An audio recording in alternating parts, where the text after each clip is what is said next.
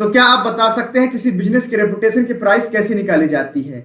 Yes, तो आज हम डिस्कस करने वाले हैं method of valuation of goodwill. तो हेलो दोस्तों, स्वागत करता हूं मैं GD sir, GD accounts lab के इस प्लेटफॉर्म पर, जहां पे मैं पढ़ाता हूं अकाउंटेंसी, वो भी बहुत सिंपल एंड मजेदार लैंग्वेज में। तो आइए स्टार्ट करते हैं आज के सफर को और समझते हैं कि हम क्या पढ़ने वाले हैं। तो जैसे कि मैंने ऑलरेडी आपको बता चुका हूं कि हम पढ़ने वाले हैं method of valuation of goodwill. तो ये हमारा गुडविल चैप्टर का, या बोल सकते हैं पीएसआर का सेकेंड पार्ट है, गुडविल का सेकेंड पार्ट है, जिसमें हम डिस्कस करने वाले हैं उसके मेथड को बहुत ही डिटेल में। तो जैसे कि आपको पता है ऑलरेडी या नहीं पता, तो मैं आपको बता देता हूं कि मैं इस चैनल में, मतलब जीडी अकाउंट्स लैब के इस प्लेटफॉर्म पर आपके अकाउंटेंसी का पूरा सिलेबस कंप्लीट करवा रहा हूं, वो भी बहुत ही आसान और सिंपल लैंग्वेज में, सो दैट कि आपके बोर्ड में आपका जो डर है कि यार मैं बोर्ड कैसे करूंगा, मेरे गांव में तो कोचिंग ही नहीं है, मुझे कोचिंग दूर जाना पड़ रहा है, या कोचिंग जा भी रहा हूं तो मैं अफोर्डेबल प्राइस, मतलब उतना अफोर्ड नहीं कर पा रहा हूं, बहुत ज़्यादा पैसे ले रहे हैं। कोई, अगर हम शहरों की बात करें तो कोई 20,000 ले रहा है, कोई 30,000 ले रहा है ईयरली, और वो धीरे धीरे सिलेबस कंप्लीट कराते हैं, लास्ट में जाके कंप्लीट करा देते हैं, रिवीजन करने का मौका ही नहीं मिलता। तो वो टेंशन आपका खत्म हो जाएगा यहाँ से, ये मेरा वादा है। और साथ ही साथ अगर आपको लग रहा है कि रिवीजन, ये रिवीजन के तौर पे भी आप यूज कर सकते हैं कि आपने ऑलरेडी पढ़ा हुआ है लेकिन आपको कहीं ना कहीं प्रॉब्लम आ रही, तो मेरे हर एक वीडियो के टॉपिक, जो भी आपको चाहिए टॉपिक, उस वीडियो का वो टॉपिक आप बिल्कुल मेरे प्ले लिस्ट में जाकर देख सकते हैं। मैं 1 बाय 1 कंप्लीट करवा रहा हूं, जो कि आज हमारा गुडविल का सेकेंड पार्ट है, जिसमें हम गुडविल के मेथड के बारे में डिस्कस करने वाले हैं। तो आइए स्टार्ट करते हैं इस सफर को बिना देरी किए हुए और समझते हैं कि आज हम इस क्लास में क्या क्या पढ़ने वाले हैं। तो टुडे गोल इज, तो आज का गोल हमारा है क्या है, नीड फॉर वैल्यूइंग गुडविल। ये भी देखेंगे कि भाई हमको गुडविल की क्या जरूरत है, यार हम गुडविल क्यों पढ़ रहे हैं, क्यों निकाल रहे हैं, इसकी क्या नीड पड़ गई हमको, राइट। ये इसके बाद methods of valuation of goodwill, इसके क्या क्या मेथड्स होते हैं, साथ ही साथ एवरेज प्रॉफिट मेथड के आज हम कुछ कॉन्सेप्ट और साथ ही साथ उसके न्यूमेरिकल डिस्कस करने वाले हैं। तो आई होप आपको ये तो समझ में आ गया होगा कि आज किस क्लास में आपको क्या क्या मिलने वाला है, और साथ ही साथ आपको मिलेगा लास्ट में एक क्वेश्चन, न्यूमेरिकल क्वेश्चन नहीं, ये मिलेगा आपके लिए होमवर्क क्वेश्चन, जो कि एमसीक्यूज होगा, आपको आंसर बताना है कमेंट बॉक्स में। तो चलिए स्टार्ट करते हैं इसको बिना देरी किए हुए, और सबसे पहले समझेंगे कि नीड फॉर वैल्यूइंग गुडविल क्यों, मतलब हमको गुडविल की क्या जरूरत पड़ गई कि हमको गुडविल निकालना पड़ रहा है।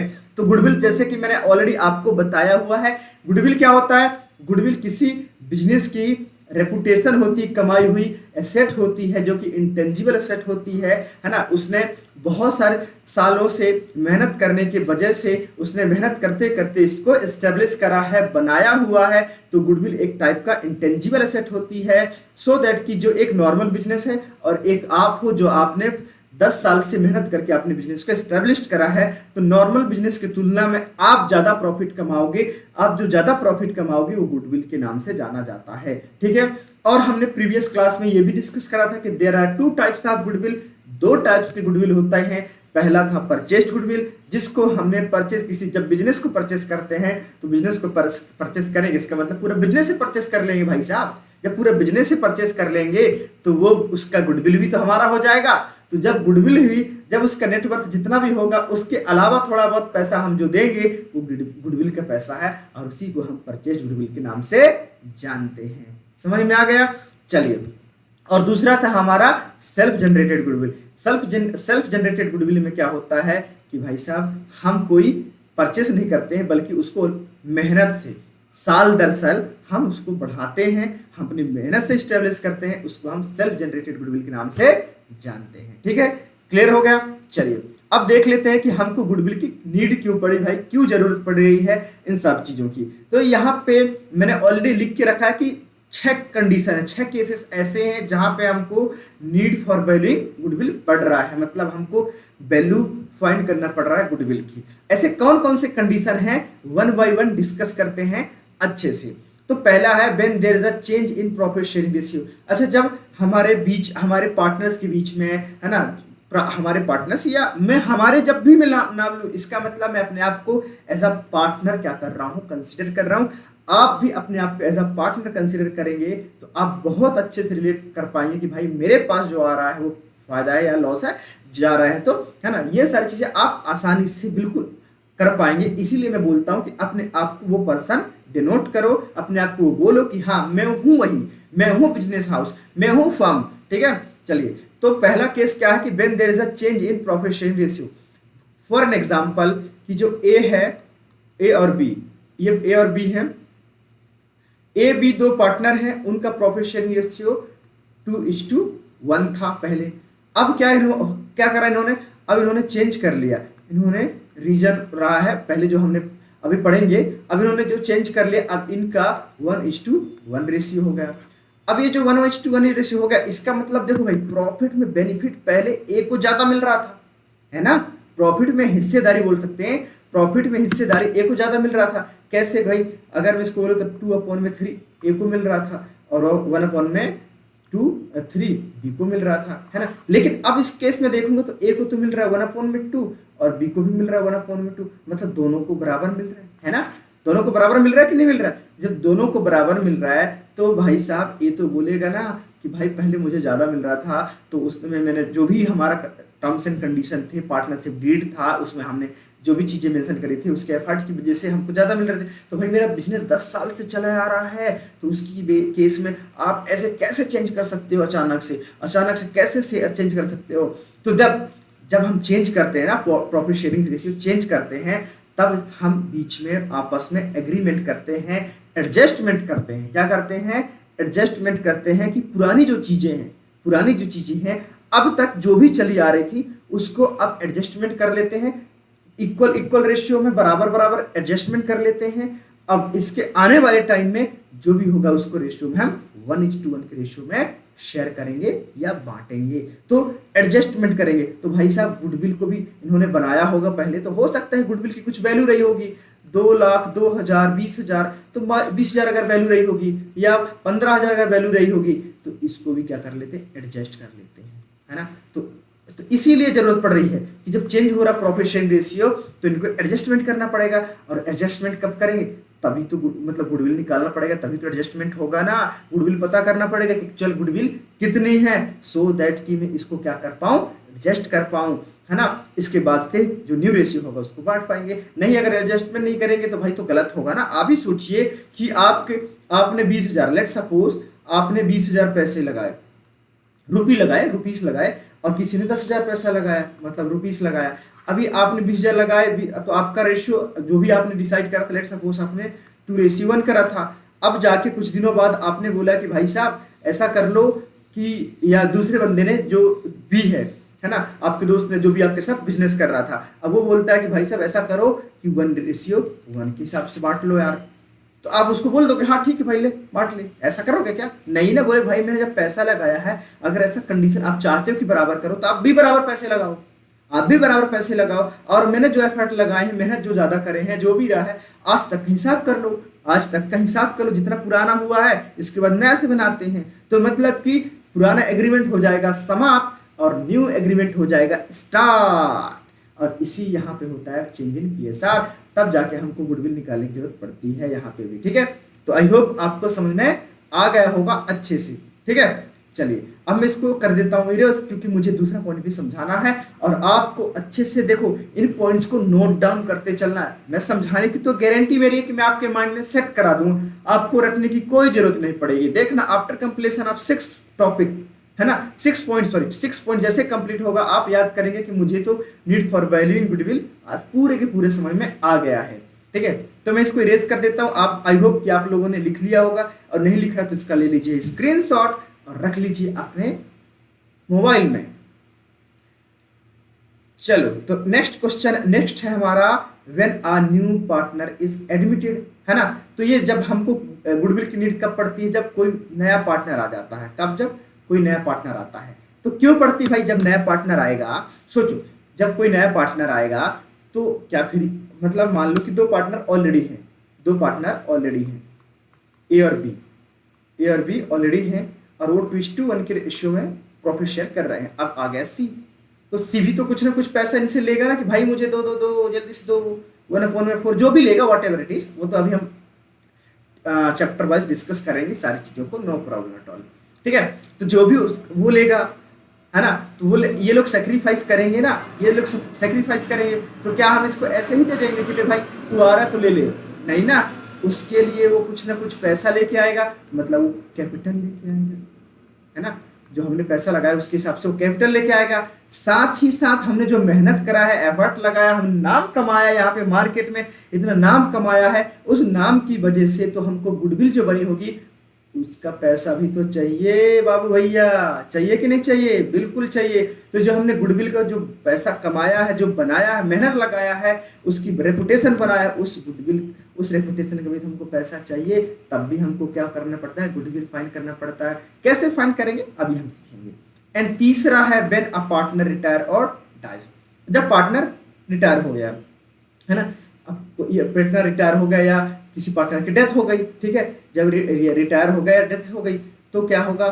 तो जो भी उसके एग्जीक्यूटर होंगे, रिटायर के केस में तो वही रहेगा, और अगर जो डेथ हो जाती है तो उसके जो एग्जीक्यूटर होंगे, जो उसके उत्तराधिकार होंगे, तो उत्तराधिकारी को तो भाई पैसा तो वो लेगा ना कि भाई मेरे पापा ने या उसके जो भी होंगे, हस्बैंड वाइफ जो भी होंगे उत्तराधिकारी, वो तो बोलेंगे कि हमारे पापा ने, हमारे इन्होंने मेहनत करके इतने दिनों तक बिजनेस को चलाया है, जो बिजनेस को चलाया है तो इनकी भी तो हिस्सेदारी बनती है ना। इस आपने इतने बड़ा साम्राज्य जो खड़ा करा है, तो इस साम्राज्य आप अकेले ने थोड़ी खड़ा करा है, हमारे फादर ने भी इसमें मेहनत करी है, तो उस मेहनत के बदले हमारा पैसा तो दोगे ही दोगे, मतलब प्रॉफिट तो दोगे ही सही, है ना, प्रॉफिट तो आप दोगे ही सही। प्रॉफिट के साथ साथ सिर्फ प्रॉफिट ही से काम नहीं चलेगा, सिर्फ प्रॉफिट से काम नहीं चलेगा। जो मेहनत करी है, जो स्टेब्लिश करा है, जो नाम कमाया है मार्केट में, उस मार्केट में मेहनत नाम कमाया है, उसका भी पैसा तो दो हमको, तो तब हमको गुडविल की जरूरत पड़ती है, हमको गुडविल देना पड़ता है। ठीक है, इसलिए हम यहाँ पे गुडविल निकालते हैं। Okay, next that is fourth, when partnership firm is sold as a going concern. तो जैसे कि आपको पता है, जैसे हमने क्लास 11th में गोइंग कंसर्न का मतलब क्या समझा था कि भाई साहब हम एक दिन के लिए, हम बिजनेस को एक दिन के लिए नहीं स्टार्ट कर रहे हैं, हम तो ये सोचते हैं कि बिजनेस हमारा परमानेंट चलता रहेगा, मैं रहूं या ना रहूं इससे कोई फर्क नहीं पड़ता है, बिजनेस चलता ही रहेगा। वो देखो अलग कंडीशन है, देखो चल मर जाऊंगा तो भाई मर जाए कोई तो अलग चीज है, लेकिन क्या होगा तो टर्म्स एंड कंडीशन पे डिस्कस होगा, लेकिन जनरली जो स्टार्ट होता है गोइंग कंसर्न यही कहता है कि हमारा जो बिजनेस होगा फोरसेबल फॉर फ्यूचर के लिए चलता रहेगा, इसमें कोई हम रोकने वाले नहीं है, बिजनेस अच्छा चलता रहेगा। तो उस केस में जब हम पार्टनरशिप फर्म को बेचते हैं, जब हम पार्टनरशिप फर्म को बेचते हैं ना, तो बेचते हैं तो क्या होगा, हम उसका वेल्थ का जो भी हमारा उसका वेल्थ का पैसा होगा वो तो लेंगे ही लेंगे, साथ ही साथ इन्होंने जो रेपुटेशन कमाया है तो उसका पैसा भी तो लेंगे, इसलिए हमको यहाँ पे गुडविल की नीड पड़ती है फाइन करने की, गुडविल का भी पैसा चाहिए होता है। ठीक है, ओके, फिफ्थ क्या है, व्हेन टू और मोर फर्म अमलगमेट। इसका मतलब क्या हुआ, जब दो या दो से ज्यादा जो फर्म होते हैं, जो बिजनेस होते हैं, कि मान लेते हैं एक हो गया हमारा टाटा स्टील और दूसरा हो गया लेट सपोज कि क्या मान ले, कुछ भी अंबानी जी की कोई कंपनी है ना, ये जो कंपनी है ये दोनों अमलगमेट हो गए। अमलगमेट का मतलब होता है विलय हो गए, क्या हो गए, विलय हो गए। तो जब ये विलय हो जाते हैं ना, तो भाई कोई भी विलय होगा तो अपनी अपनी सारी चीज वैल्यूएशन फाइंड तो करेंगे ना, वैल्यूएशन तो उनको पता करना पड़ेगा कि मेरी वैल्यू क्या है मार्केट में, तो वैल्यूएशन मतलब उसमें गुडविल भी आता है, उसमें गुडविल भी आता है। क्लियर हो गया। Next six, when a partnership firm is converted into company. अब जब लास्ट कंडीशन है, जब कंपनी पार्टनरशिप फर्म बहुत बड़ी हो गई, बढ़िया चल रहा है, सब कुछ चकाचक, अब ये सोचते हैं कि अरे भाई साहब हमको तो पार्टनरशिप फर्म को अब बड़ी हो गई, हम नंबर ऑफ पार्टनर बढ़ाना चाहते हैं, नंबर ऑफ जो भी हैंडल करने वाले होते हैं ऑनर बढ़ाना चाहते हैं। तो जैसे कि आपको तो पता है कि पार्टनरशिप फर्म में मैक्सिमम नंबर ऑफ 50 हो सकते हैं, उससे ज्यादा नहीं हो सकते। अगर उससे ज्यादा करना चाहते हैं तो क्या होगा, तो इसके लिए हमको कंपलसरी कंपनी में रजिस्टर करना पड़ेगा, कन्वर्ट करवाना पड़ेगा। तो जब कंपनी में कन्वर्ट कराना पड़ेगा तो हमको वैल्यूएशन तो पता करना पड़ेगा ना कि हमारी वैल्यूएशन कितनी है। वैल्यूएशन में आ जाएगा गुडविल, वेल्थ तो आएगा ही आएगा उनकी कैपिटल वगैरह सब मिला के, लेकिन गुडविल को भी हम यहाँ पे निकालते हैं और वो भी ऐड होता है। तो आई होप आपको नीड फॉर वैल्यूइंग गुडविल अच्छे से समझ में आ गया हो, और मैं ट्राई कर रहा हूं कि बहुत अच्छे समझाऊं सो दैट कि आपके मन में इतना सभी डाउट ना बचे। सारे के सारे आप ऐसा नहीं कि आप नीड फॉर वैल्यूइंग गुडविल आपने रट लिया कि ये कंडीशन होते जब गुडविल की नीड हमको पड़ती वैल्यू करने की, लेकिन आपसे कोई पूछ ले कि भाई क्यों पड़ती है इसमें, बताओ ये बताओ कि when a new partner is admitted होता है तो गुडविल की नीड क्यों पड़ती है। तो ऐसा नहीं कि आपका डिब्बा गुल हो जाए, डिब्बा गुल नहीं करना है। अरे क्या हुआ क्या हुआ क्या हुआ सोचने में नहीं बैठना है, इसलिए मैं आपको सारी चीज डिटेल में बता दिया। तो भाई साहब आप तो यूं बता दोगे चुटकियों में, ठीक है। चलो अब आगे बढ़ते हैं और समझते हैं क्या methods of valuation of goodwill. वैसे तो हमने प्रीवियस क्लास में भी थोड़े बहुत डिस्कस करे थे, है ना, लेकिन अब हम करेंगे डिटेल में डिस्कस। तो भाई मेथड क्या होता है, जैसे कि मैंने बोला कि किसी कंपनी की रेपुटेशन पता करना है तो कैसे पता कर पाओगे, गुडविल पता करना है तो कैसे पता कर पाओगे। तो उसके लिए जो कि पहले से ही लोग यूज करते आ रहे हैं या मेथड जो है, उस एक मेथड यूज करा जाता है, उस मेथड से हम क्या निकाल लेते हैं, गुडविल की वैल्यू निकाल लेते हैं।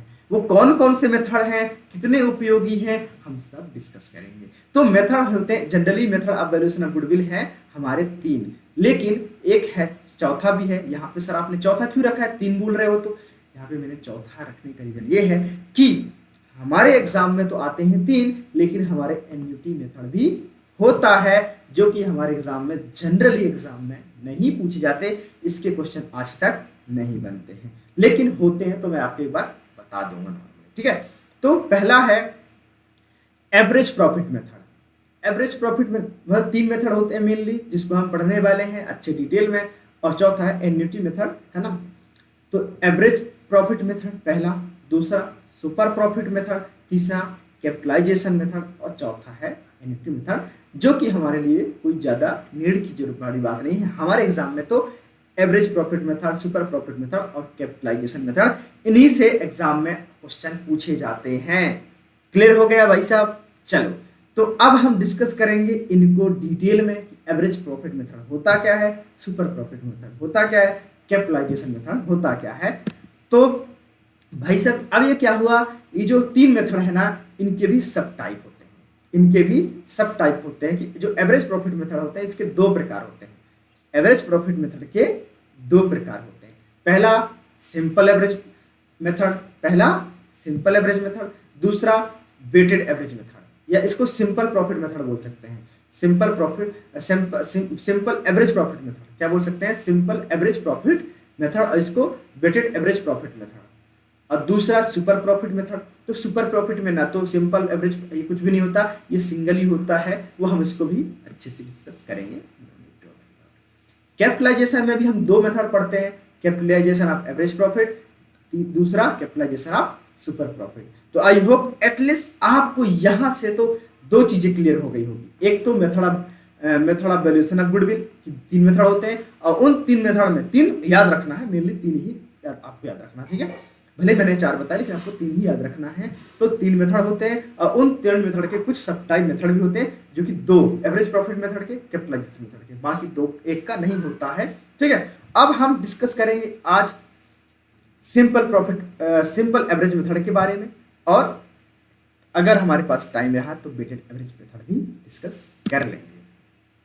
तो भाई साहब एवरेज प्रॉफिट मेथड क्या कहता है, हमको स्टार्ट करने से पहले एवरेज प्रॉफिट के बारे में तो समझना पड़ेगा कि ये क्या कहता है। कि इन दिस मेथड, इस मेथड में हम क्या करते हैं, the valuation of goodwill is calculated on the basis of average profit of the past few years. क्या हुआ इसका मतलब, इसका मतलब ये हुआ कि हमारे पास कुछ सालों का, हमारे पास कुछ प्रीवियस ईयर्स के प्रॉफिट गिवन होंगे, है ना, कुछ प्रीवियस ईयर्स के प्रॉफिट गिवन होंगे। हो सकता है कि 2 साल का हो, 3 साल का हो, है ना, 2 साल का हो सकता है, 3 साल का हो सकता है। तो ये जो प्रॉफिट होंगे उसको हम बोलते हैं पास्ट प्रॉफिट या प्रीवियस प्रॉफिट, प्रीवियस प्रॉफिट, ठीक है, इसको बोलते हैं प्रीवियस प्रॉफिट। तो इस प्रीवियस प्रॉफिट को हम क्या एवरेज निकाल लेंगे, तो हम प्रीवियस प्रॉफिट को ऐड कर देंगे और उसको नंबर ऑफ ईयर से, किससे, नंबर ऑफ ईयर से क्या कर देंगे, डिवाइड कर देंगे। तो हमारे पास क्या आ जाएगा, एवरेज प्रॉफिट आ जाएगा। तो एवरेज प्रॉफिट का अगर हम फॉर्मूला की बात करेंगे तो क्या करेंगे, क्या हो जाएगा, एवरेज प्रॉफिट आ जाएगा हमारे पास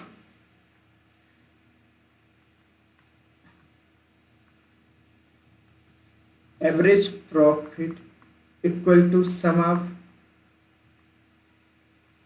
पास्ट ईयर्स प्रॉफिट, जितने साल का दिया होगा, है ना, अपॉन में number of year, number of years, है ना।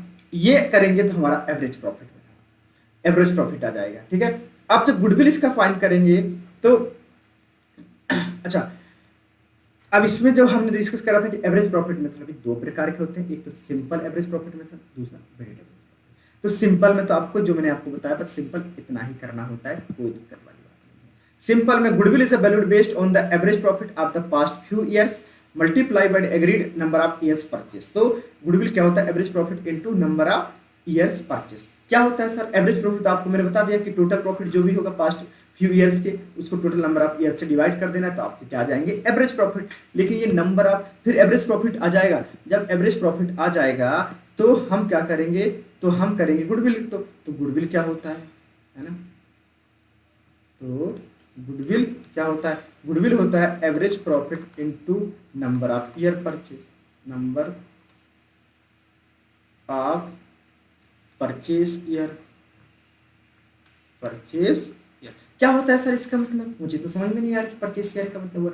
इसका मतलब क्या होता है कि भाई साहब, जब भी आप कोई बिजनेस को खरीदोगे या जब भी वैल्यूएशन करोगे उसकी, है ना, तो जब गुडविल की वैल्यूएशन करेंगे तो जो प्रीवियस में एफर्ट लगाए होंगे, जो प्रीवियस में एफर्ट लगाए होंगे जो भी पार्टनर रहे होंगे, तो उस प्रीवियस एफर्ट की वजह से अगर नंबर ऑफ ईयर परचेज 2 साल लिखा हुआ है, क्या लिखा हुआ है, 2 ईयर, तो इसका मतलब आने वाले 2 साल तक, आने वाले 2 साल तक उसका बेनिफिट आपको सिमिलर टाइप में मिलता रहेगा।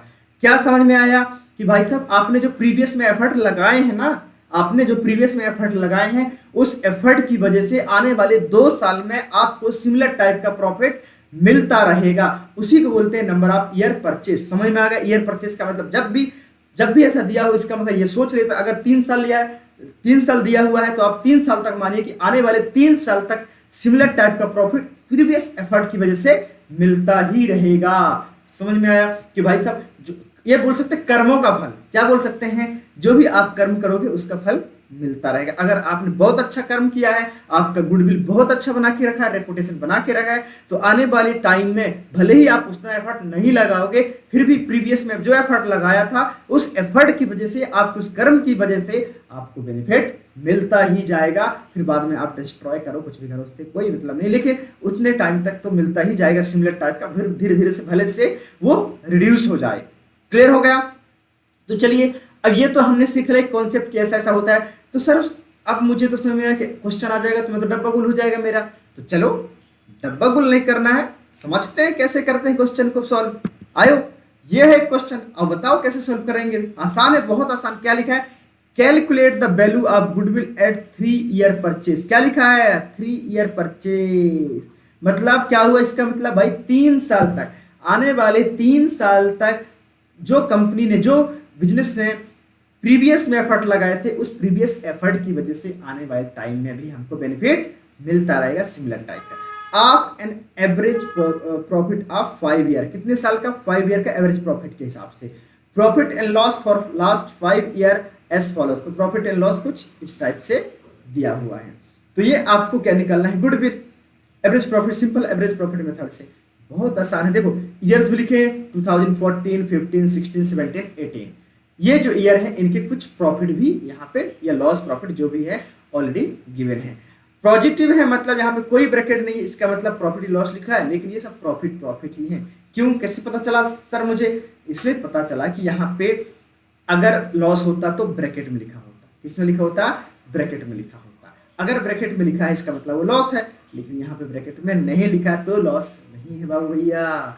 तो चलो इसको करते हैं चुटकियों में सॉल्व और समझते हैं कि क्या ये चुटकियों में सॉल्व हो सकता है। तो चलो, तो सबसे पहले हम निकालते हैं, क्या निकालते हैं बताओ?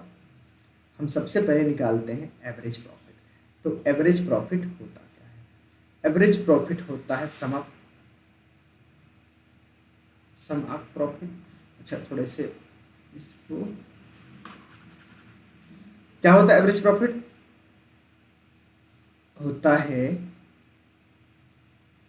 सम ऑफ प्रॉफिट, जो भी 5 साल का दिया हुआ है, अपॉन में number of year, number of years. तो एवरेज प्रॉफिट कितना दिया है देखो, अब देखो 20,000, 15,000, 13,000, है ना? क्या लिखा हुआ है?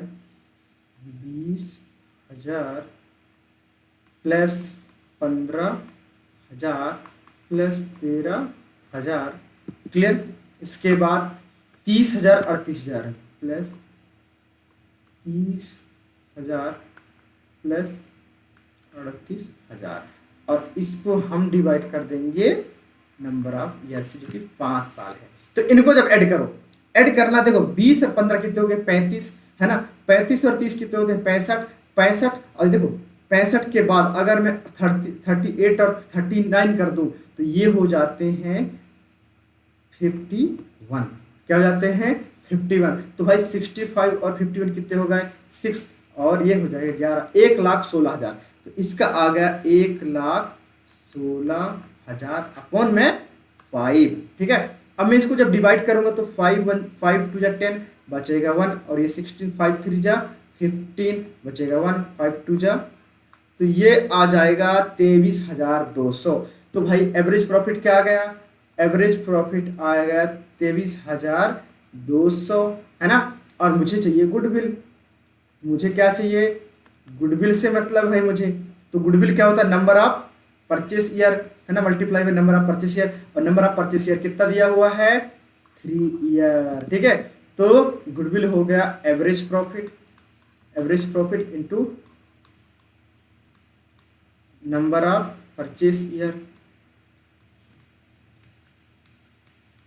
ठीक है? तो ये है 23,200 इंटू 3, जो कि 3 था। तो इसको सॉल्व करूंगा तो ये हो जाएगा 3 6 और 3 9, 69,600। तो गुडविल आ गया क्या? गुडविल आ गया 69,600, ठीक है? तो इस टाइप का सॉल्व करते हैं, बहुत आसान है, ज़्यादा कुछ नहीं लगाना है दिमाग, सिर्फ सिंपल क्या करना है कि गुडविल आपको नंबर मतलब एवरेज प्रॉफिट सबसे पहले निकालना। क्या निकालना? Average profit. और एवरेज प्रॉफिट क्या होता है? जो भी प्रीवियस ईयर के प्रॉफिट दिए होंगे उनको सबको ऐड कर देंगे। कितने साल का दिया है? 4 साल का, 5 साल का, 6 साल का, उससे डिवाइड कर दो, आ जाएगा आपका एवरेज प्रॉफिट। और एवरेज प्रॉफिट निकल जाए तो उसको नंबर ऑफ परचेस ईयर से मल्टीप्लाई कर दो। परचेस ईयर मैंने ऑलरेडी आपको समझाया हुआ है, ठीक है? चलो एक और क्वेश्चन डिस्कस कर लेते हैं। और अच्छा, ये क्वेश्चन आपको करके बताना, क्योंकि ऑलरेडी मैं समझा देता हूं कि क्या करना है ना? मैं सारी चीज बता देता हूं, लेकिन करके आपको बताना है, आपको रखना है करके मैं, लेकिन पूरी चीज बता देता हूं, है ना, कि क्या करना है। आई थिंक ये एडजस्टमेंट वाला क्वेश्चन है, बड़ा क्वेश्चन है, यहाँ लिखा है ऐसा, है ना? तो देखो इसको पढ़ के मैं समझा देता हूँ पूरी चीजें, ठीक है? बस आपको इसका आंसर करना है, बताना है। देखो, तरंग परचेज ज्योति बिजनेस, तरंग ने ज्योति के बिजनेस को परचेस कर लिया विद इफेक्ट 1 अप्रैल 2025 से, है ना? 1 अप्रैल 2025 इफेक्ट हो जाएगा।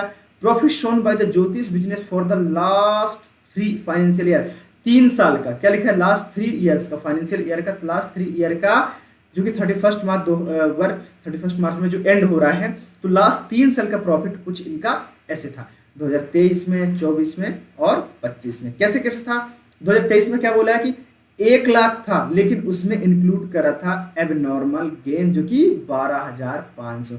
तो भाई साहब, जब 1 लाख का उसका प्रॉफिट था, लेकिन उसमें ऐड था एबनॉर्मल गेन, तो उसको हम माइनस कर देंगे। क्यों माइनस कर देंगे? क्योंकि भाई एबनॉर्मल का मतलब क्या होता है? हम नॉर्मल बिजनेस से नहीं कमा रहे हैं, नॉर्मल बिजनेस से नहीं कमा रहे हैं, बल्कि ये सडनली कभी कभी अचानक से गेन हो जाता है। जैसे कि अगर मैं बात करूं कि कोई सट्टा लगा रहा है, तो मैं कोई किसी उसका काम अलग है, लेकिन वो सट्टा लगा रहा है ना। उस सट्टा लगाना एक क्या होता है, एबनॉर्मल। अगर उससे प्रॉफिट मिल जाए, गेन हो जाए, तो वो एबनॉर्मल गेन होता है। क्या होता है? एबनॉर्मल गेन होता है। जुआ खेल रहे हो तो जुआ में पैसे चांदी हो गए भाई साहब, पैसे ही पैसे आ गया, पैसा का गेम है बाबू भैया। तो पैसा जो आ गया, लेकिन वो क्या सब दिन आता रहेगा? नहीं ना, आपकी लक कभी कभी काम करते हैं। अब नॉर्मल है तो वो आपके सब दिन तो वो नॉर्मल प्रॉफिट तो नहीं काउंट किया जाएगा कि नॉर्मल आप इतने कमाते हो, नहीं।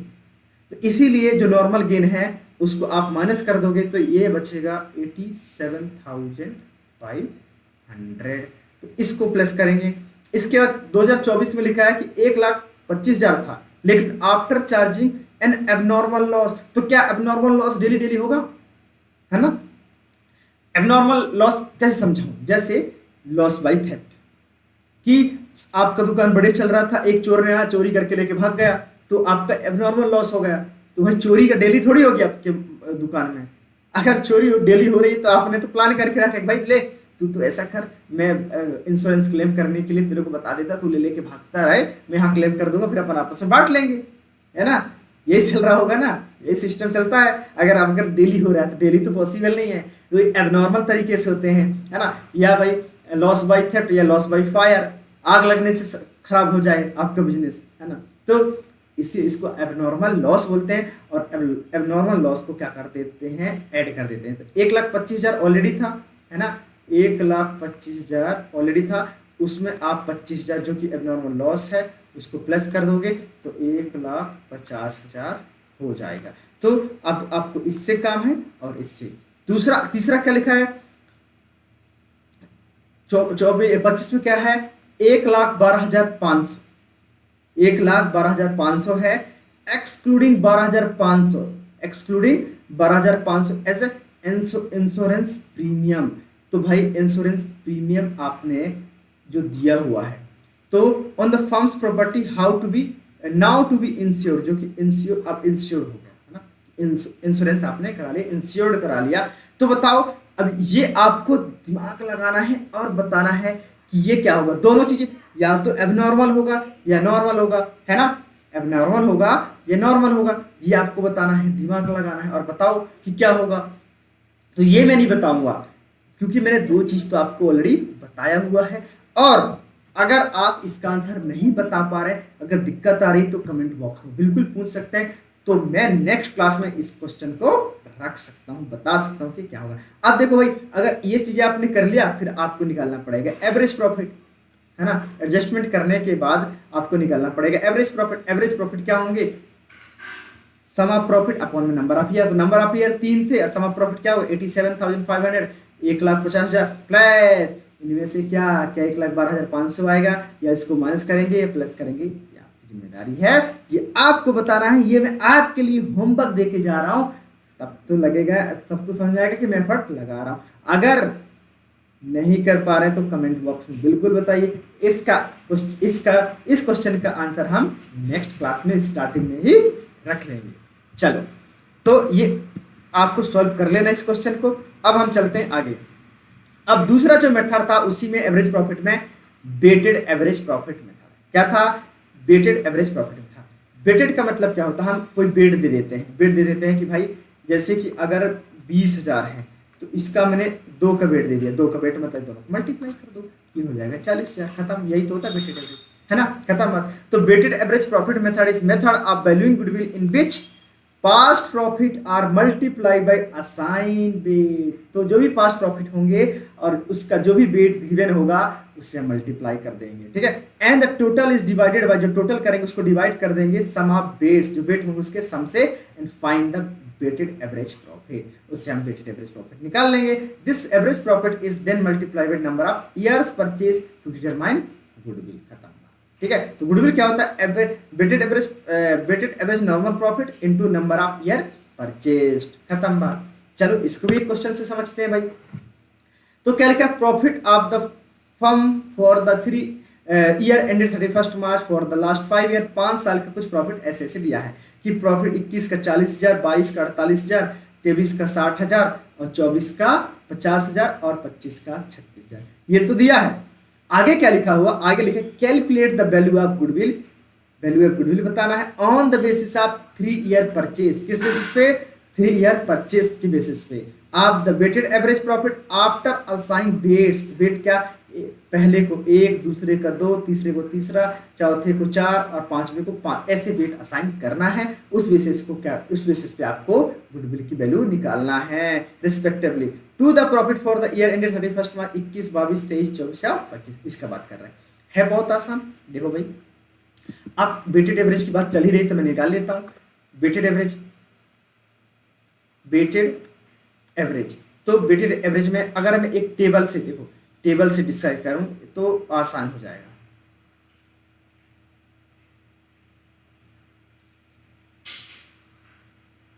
यहां पे ईयर्स लिख देता हूं, है ना। यहां आ जाएगा ईयर्स और यहां पे आ जाएगा प्रॉफिट जो भी हो रहा है ना। और यहां पे आ जाएगा वेटेड असाइन, जो भी वेट असाइन हमने उसको करा है, ठीक। तो ईयर दो कहाँ से स्टार्ट हो रहा है? ईयर भाई 2021 से, 21 से 25, तो 2021, 2022, 2023, 2024, 2025 ये दिया हुआ है। इनका प्रॉफिट लिख लो फटाफट, 40, 48, 60। तो भाई ये हो गया 40,000, है ना। क्या हो गया? 40,000। ये हो गया 48,000 और ये हो गया 60,000। इसके बाद कितना? 50,000 और 36,000, तो ये हो गया 50,000 और ये हो गया 36,000। ठीक है, क्लियर हो गया ये चीज। अब इसके वेट क्या किए थे? इसका था 1, इसका 2, इसका 3, इसका 4, इसका 5। अब हम निकालेंगे इनका सम, इनका निकालेंगे सम। तो मान लेता हूं कि ये ए है और ये बी है और हमको चाहिए सी। तो सी निकलेगा, कैसे निकलेगा? ए इंटू बी से। सी कैसे निकलेगा? ए इंटू बी से। ठीक है, प्रॉफिट कितना हो जाएगा? ए इंटू बी। तो भाई साहब अब मैंने 40,000 को मल्टीप्लाई करा 1 से, तो 40,000 ही रहने वाला है। क्या रहने वाला है?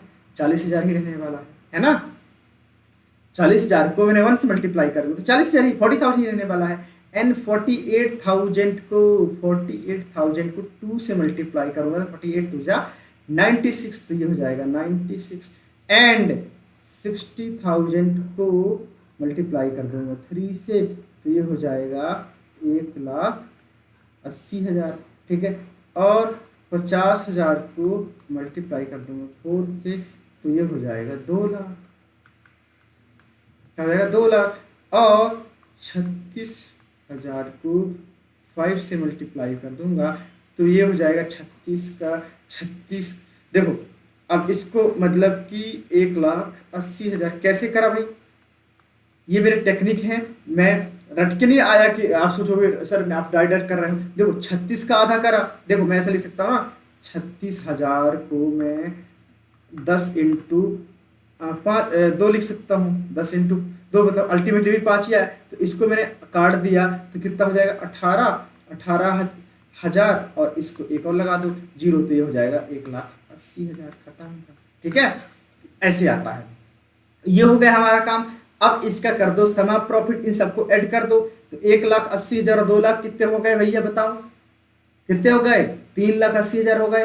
3,80,000 में से अब 1,80,000 और ऐड कर, 3,80,000 में 3,80,000 में 1,80,000 और ऐड कर दो तो भाई 1 3 और 1 4 हो जाएगा और 8 8 8 16 मतलब कि 5,60,000।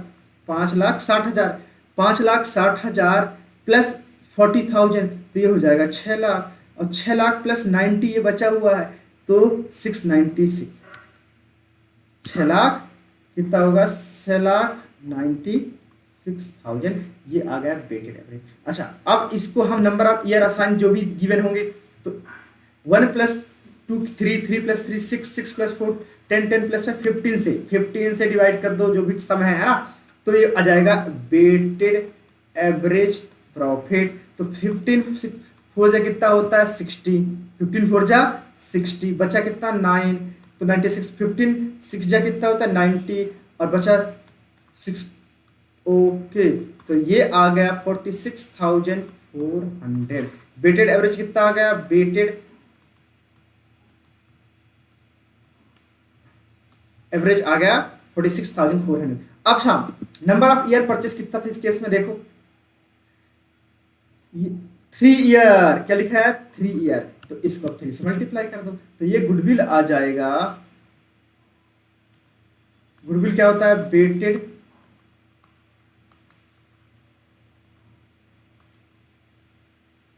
Average profit into number of year purchase. तो ये 46,400 इनटू 3, तो इसको मैं जब सॉल्व करूंगा तो 3 0 से 0 तो आ ही जाएगा। 3 4 जा 12, 3 4 जा 12, कैरी 1, 3 8 18 1 प्लस 1 19, 3 4 जा 12 और 1 13, है ना। तो ये आ जाएगा, गुडविल आ गया 139,200, 1,39,200। कितना आ गया गुडविल? 1,39,200। तो आई होप आपको समझ में आ गया हो कि गुडविल कैसे निकाला जाता है। बहुत आसान है। वेटेड एवरेज में कुछ भी नहीं करना होता है, वेटेड एवरेज सेम ही होता है, बस आपको एक टेबल बना लो तो ज्यादा आसान रहता है। ईयर लिख लो यहाँ पे, प्रॉफिट जो भी ईयर प्रॉफिट लॉस जो भी होंगे वो उसको, और इसको ए मान लो, इसको मान लो, क्या मान लेना है? ए मान लेना है, ठीक है। और वेट जो भी वेट दिए होंगे उसको वेट यहाँ मान लो, और इसको बी मान लो। जो सी आएगा सम ऑफ प्रॉफिट जो भी है, सम बोलेंगे सी, और सी कैसे आता है? ए इंटू बी को मल्टीप्लाई करने के बाद और इनको कर लो ऐड, इन सबको ऐड करोगे तो जितना भी आएगा, जैसे कि यहाँ पे आ रहा है 6,96,000, और इसको डिवाइड कर दोगे इससे, इसके वेट से, इनको वेट करेंगे तो ये 15 आ रहा है, 15, तो 15 से करेंगे तो ये हमारे पास ऑलरेडी आ गया था 46,000 और कितना 46,400, और इसको नंबर ऑफ ईयर परचेस जो कि 3 था इसको मल्टीप्लाई कर दिया तो 1,39,200। ठीक है, तो आई होप आपको ये समझ में आ गया हो। तो आज की इस क्लास में इतना ही रखते हैं। अच्छा, मैं अब इससे आपसे एक क्वेश्चन पूछता हूं कि बहुत सारी चीजें मैंने आपको बता दिया है, सारी चीजें हैं, तो क्या अब जो गुडविल है वो फिक्टिशियस एसेट है या नहीं, और नहीं है तो फिर क्या है?